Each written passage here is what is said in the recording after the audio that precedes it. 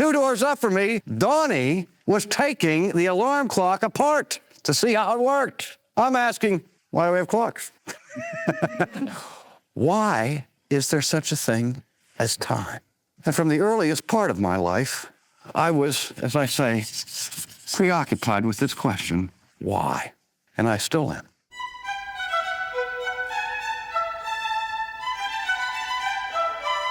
Like R.C. Sproul so often did, do you stop and ask the question, why? Why is there something rather than nothing? Why do we exist? It seems for many outside of the church, they've stopped thinking. And sadly, Christians can sometimes be guilty of the same thing too. It's good to have you with us for this Tuesday edition of Renewing Your Mind. I'm Nathan W. Bingham. As redeemed people, made in the image of God, we are to engage our minds. Jesus tells us to love God with all of our mind. And that's one of the reasons why we're featuring this series from Dr. Sproul, A Blueprint for Thinking, to help us better understand the elements of a worldview. Well, here's R.C. Sproul on what's beyond the physical. As we continue our study of the elements and structures of a worldview, I'd like to start by asking you a question, those of you who are here in this room. How many of you have photo albums at home that include pictures of yourself from your childhood? Let me see. Those things are kind of interesting. We almost all keep those keepsakes, don't we? One of my favorite pictures that I have at home is a picture of myself and my best friend at age 3. In fact, this boy was my first playmate, and the picture was taken where the two of us were standing on a log at the public park called South Park in the suburbs of Pittsburgh, Pennsylvania. This fellow's father took us out there one Sunday afternoon and snapped our pictures, and I still have the photograph. And both of us are standing there on the log holding hands, and we're wearing short pants and jacket, white shirt, little Lord Fauntleroy, and the whole bit. And this fellow's name that appears in this keepsake is Donnie Werlow. Donnie lived 2 doors up from me when I was growing up in the suburbs of Pittsburgh in western Pennsylvania. And we were inseparable buddies when we were 3. And 4, and 5, and 6. We began to drift apart a little bit after that because we had such diverse interests. I remember that every Christmas morning, as soon as I opened up my presents and accumulated the toys that were there, when that rite and ceremony was over, first thing I did after I left the house was go straight up to Donnie's house to see what Donnie got for Christmas. And likewise, then he'd come back on down to my house and I'd show him what I got. When I was 6 years old, I'll never forget, I opened up the Christmas presents and there was a complete football uniform, a child's version of the Pittsburgh Steelers. I said, shoulder pads, helmets, the whole thing. I couldn't wait for Donnie to see it. I went up to Donnie's house dressed in my football uniform. And Donnie was as excited as I was for the present that he got. He got a microscope. And that's sort of the way it went. Every year I'd get a basketball or a hockey stick. Donnie would get a medical encyclopedia. And as we got a little older, Donnie distinguished himself in grade school and in junior high school and high school as being extremely brilliant young fellow. He didn't care that much about football and basketball and the things that real people care about. And he earned for himself a nickname borrowed from the annals of Donald Duck. We called him Gyro Gearloose. Do you remember the character Gyro Gearloose from Donald Duck stories? He was the crazy inventor. Because Donnie was one of those kids that couldn't leave anything that man had put together intact. If it was a clock, he had to take it apart, and he had this insatiable curiosity to discover how things worked. And I used to think that was strange. But Donnie was preoccupied with questions. Just like the thinker over here. Remember, let's not forget our guest here. I don't want to ignore you, What are you thinking about this time? He's obviously pondering questions. But there are different kinds of questions, aren't there? The question that preoccupied my friend, Donnie Worlow, who's now Dr. Donald Worlow, of course, a scientist. His whole life, he was engaged with asking this question: how? How does it work? How is the human body put together? How are cells constructed? And his curiosity was never, ever filled. And so even as an adult, he's still spending his life asking the question, how? I remember as a child, I could have cared less about how when it came to how machines work.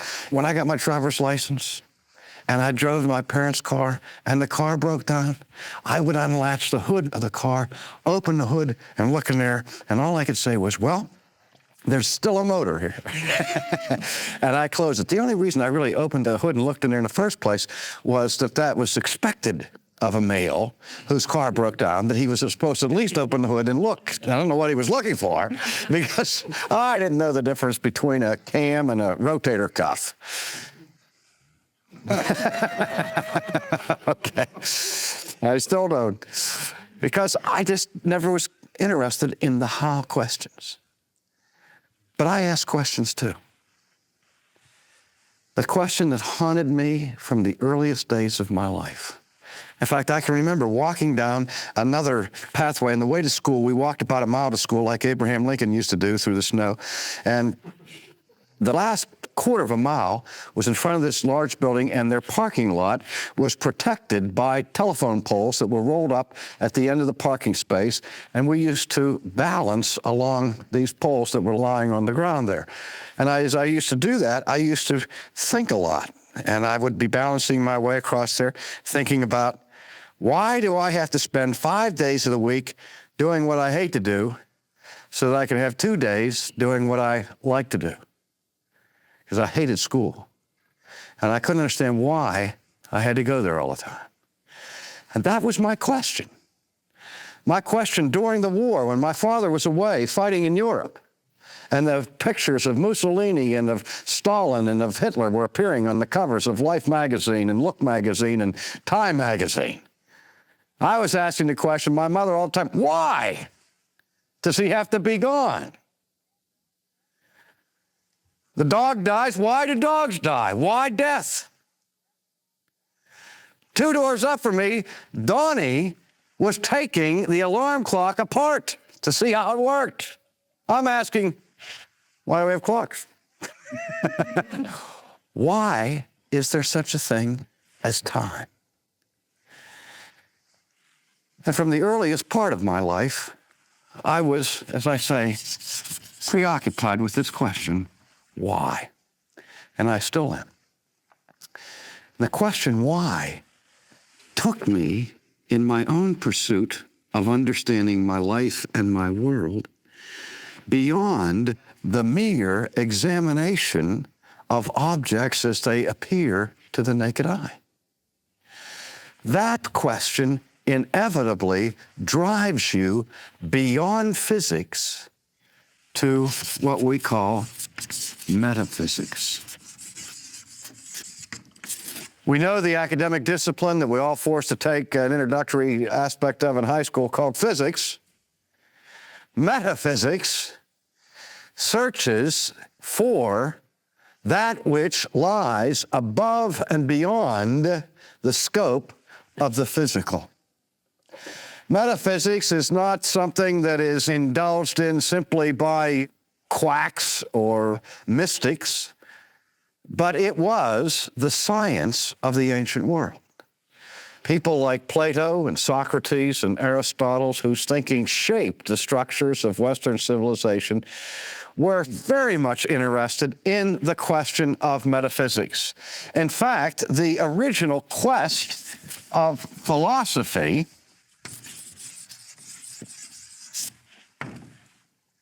was a metaphysical pursuit. The ancient philosophers, though they disagreed on various points of philosophy, all were engaged in the quest for what we call ultimate reality.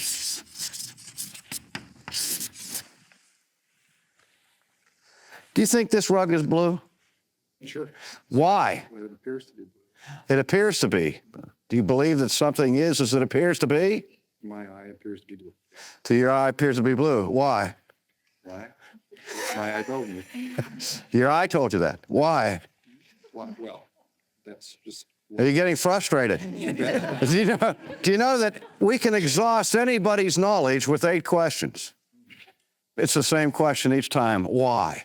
Because why just keeps pushing us backwards, further and further and further. Or we might say deeper and deeper and deeper into our quest. Nobody can go beyond the 8th why and still be speaking intelligently.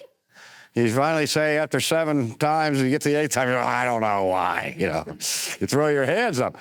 Because the why question pushes us to the question of ultimate reality. We can talk about this rug as approximate reality. But even as we speak, we know that this rug is not as it appears to be. That there's no such thing as blueness residing or inhering in this rug, don't we? We know that colors come from light. And whatever light is reflected from this rug, as the spectrum is separated and the light waves are separated, then the blue shade or the blue tone is reflected and it strikes the iris of my eye and so on, and I perceive blueness. But without light, there's no color in that rug. In fact, when I'm on the golf course and I'm stymied by a tree and I have no shot, some nut always says to me, go ahead and hit it, R.C. Trees are 90% air. They don't look like 90% air. And every golfer that's tried to hit a shot through them knows that he's not going to get through it 90% of the time. But when somebody says that to me, that tree is 90% air, I really have an urge to correct them. Say it's a lot more than 90%. I said, what do you mean? I said, well, that tree's made up of molecules. And the molecules are made up of atoms. And the atoms are made up of subatomic particles. And do you realize that between the nucleus of an atom and the subatomic particles, the neutrons and protons and so on, they're supposed to be flying around outside it, there's space. What's the proportionate ratio between the nucleus, the stuff, the essence of it, and that space? Well, the best analogy I've heard on this is if you would go to downtown Los Angeles, to the city of Los Angeles, and put a Volkswagen in the exact center of Los Angeles, and then drive to the extreme edge of the city limits of Los Angeles, you would get an idea of the space ratio that exists between the nucleus and the particles of an atom. All that area from the Volkswagen out to the perimeter would be empty space. Now, why doesn't my golf ball go through there with ease if it's so much space? When we're talking about atomic theory and so on, we're trying to get beyond what we perceive physically and get down to the ultimate source and stuff of reality. Now, the science of metaphysics, maybe that's what he's thinking about. He's sitting there thinking, why am I doing this? Why am I sitting like this, trying to... Maybe he's asking questions about why he is at all. Maybe he's asking questions about the meaning of his existence, which is one of the most important questions anybody can ever ask as they're constructing their world view. The question, why am I here? Well, let's again go back to this concept of metaphysics. In the sphere of metaphysics, we can talk about subheadings under metaphysics that philosophers have been concerned with historically. One I've already alluded to is the science of ontology. Another aspect is the science of teleology. Let me just take those two for a moment as important aspects of our study of metaphysics. the science of ontology. How many of you, let's be honest, don't know what that term means? It's a new term to you, ontology. That's fine. That's good. There's nothing to be embarrassed about there. This is language peculiar to a particular discipline. Ontology is the science or the study of being. Ontos is a participial form of the verb to be. And so it just simply means being. And ontology is the study of being. We have all different kinds of being. We have human beings, divine beings.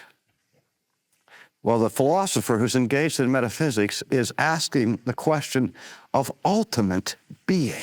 It's an ontological question. Let me give you an example of this. I've used this example before, and I hope I'm not boring you with repetition, but I had a conversation with a professor of Carnegie Mellon University in Pittsburgh, a professor of physics. And I was about to give an address that night on the adequacy of human language to speak about God. And this gentleman was there, something as a skeptic, and was being cynical, and we had dinner beforehand, and he said to me, I don't envy your task. And he said, what's that? He said, having to get up there and talk about God. He said, because you can't say anything meaningful about God, because God is beyond the scope of science and beyond the scope of real language and so on. He said, it's a tough thing to do, isn't it? And I said, well, yes. I said, but surely you can understand my dilemma. He said, why? I said, well, because you have the same problem with categories that you guys use in physics. And he says, like what? And I said, well, like energy. And he said, what do you mean? I said, well, what is energy? And he said, well, everybody has an energy. I said, well, what is it? He says, it's the ability to do work. I said, I don't want to know what it can do. I don't want to know its function. I don't know what it is, because you people keep telling me that ultimately the world is made up of energy. You speak of energy in terms of amounts. So what is it? And he said, energy's mc squared. I said, I don't want to hear its mathematical equivalency. I want to know what it is. It's isness. See, what I was pushing for was an ontological definition of energy.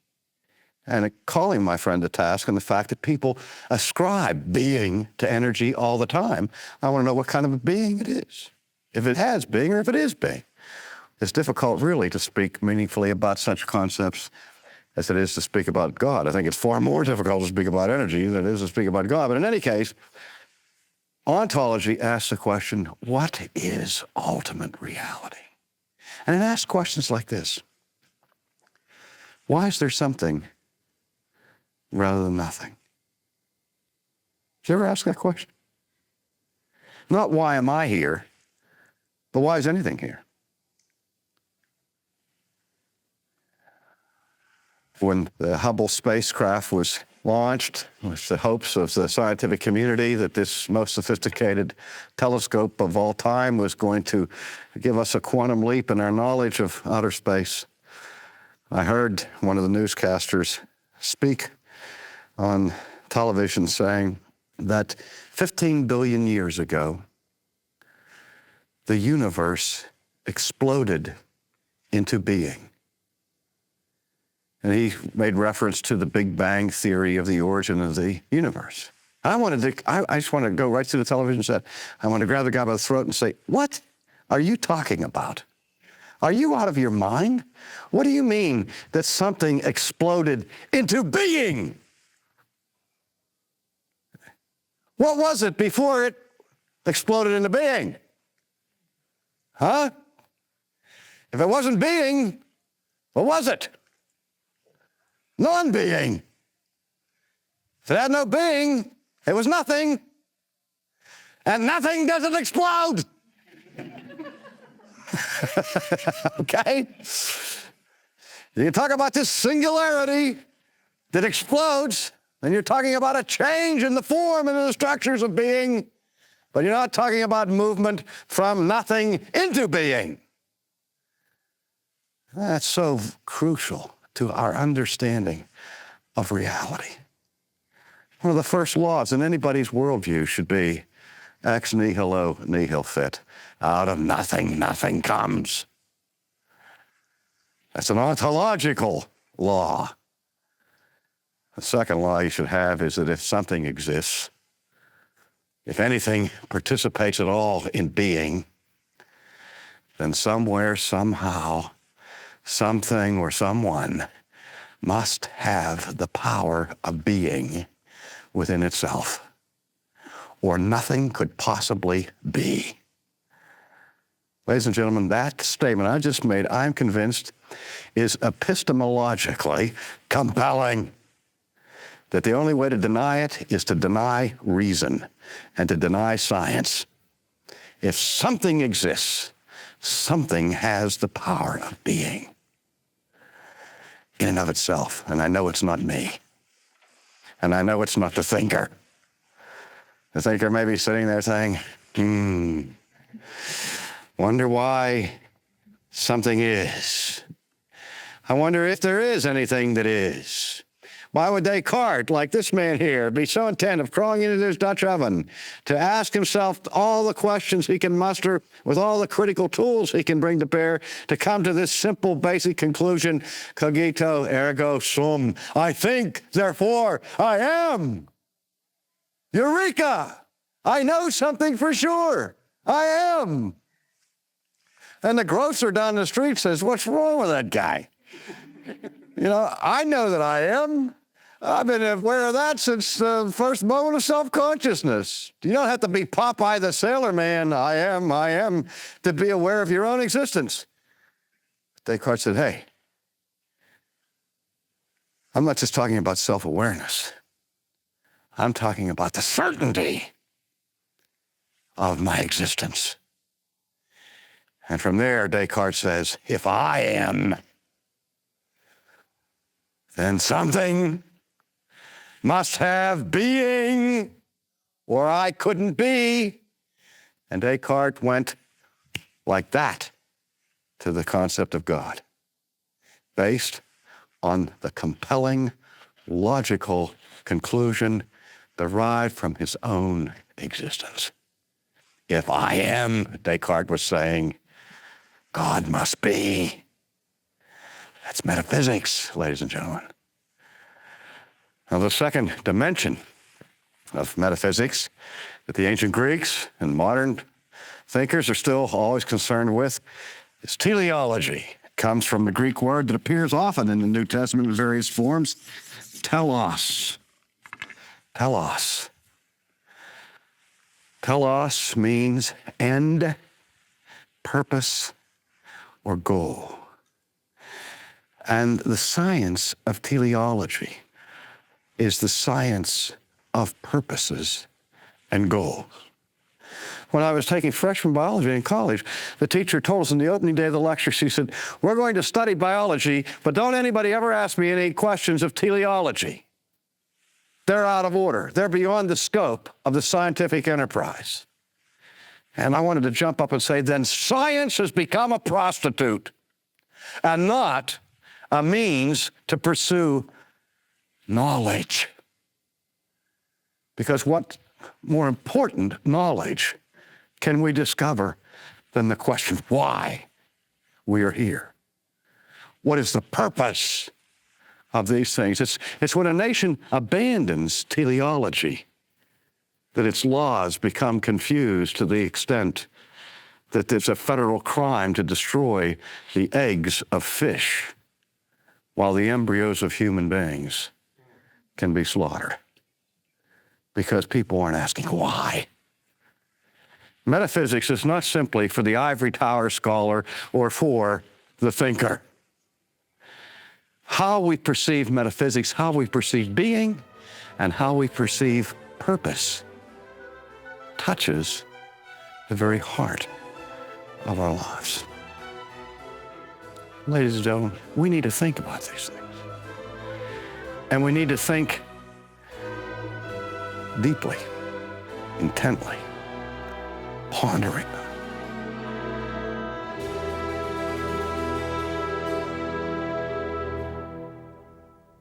That was R.C. Sproul, the founder of Ligonier Ministries, on this Tuesday edition of Renewing Your Mind. Today's message was from Dr. Sproul's series, A Blueprint for Thinking, a study of the most basic elements necessary for right thinking. This 5-message series can be yours when you give a donation of any amount in support of Renewing Your Mind at renewingyourmind.org, or when you call us at 800-435-4343. As our way of saying thank you for your generosity, you'll receive lifetime digital access to the series, plus we'll send you Dr. Sproul's 35-message overview of philosophy. It's called The Consequences of Ideas, and it's on a special edition DVD that also contains the study guide. So make your donation at renewingyourmind.org or by using the link in the podcast show notes to receive this resource package on worldviews and the influence of various philosophers. And remember, an entirely digital version of this week's offer is available at renewingyourmind.org/global for those who'd prefer it or who live outside the U.S. or Canada. Tomorrow, R.C. Sproul will consider the question, who is the truth? Join us then, here on Renewing Your Mind.